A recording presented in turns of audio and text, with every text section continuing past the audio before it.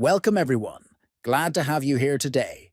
In this video, we are going to learn how you can request your account information in the IMO app. This feature is useful if you want to see details connected to your IMO account, and I will guide you through the process from start to finish. First, open the IMO app on your phone.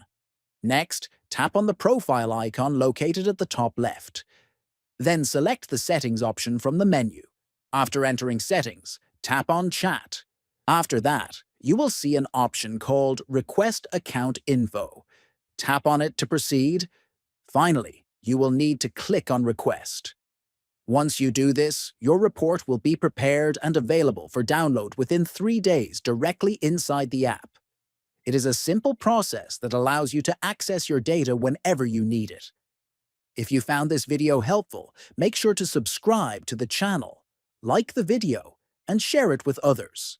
Thanks for watching, and see you in the next one.